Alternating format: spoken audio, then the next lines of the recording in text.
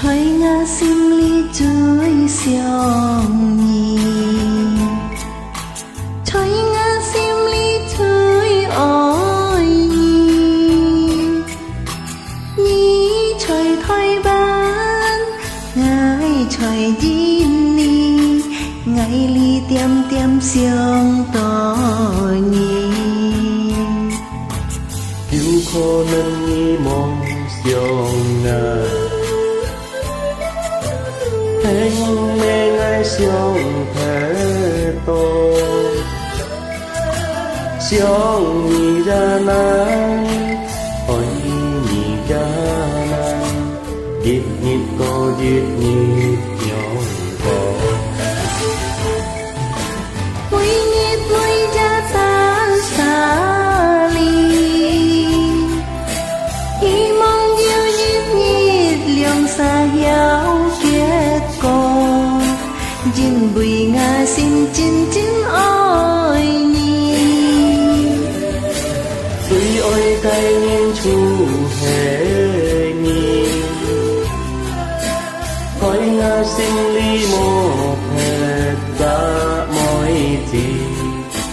你愛埋我做到半年，希望你對我無變心，因為你愛最愛解每事。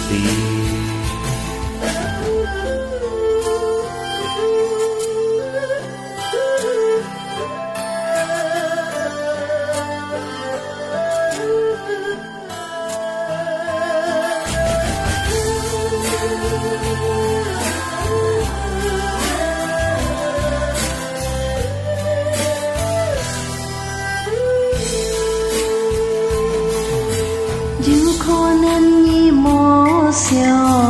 愛，偏偏愛想太多，想你也難，愛你也難，日日過日日nhau過，每日每日tan xa ly，希望有日你兩xa hiểu kết果，因為我心真真愛你，最愛概念出現你，在我心裡無撇雜來自，你愛咪愛做到半年，希望你對我無變心，因為你愛最愛該來自。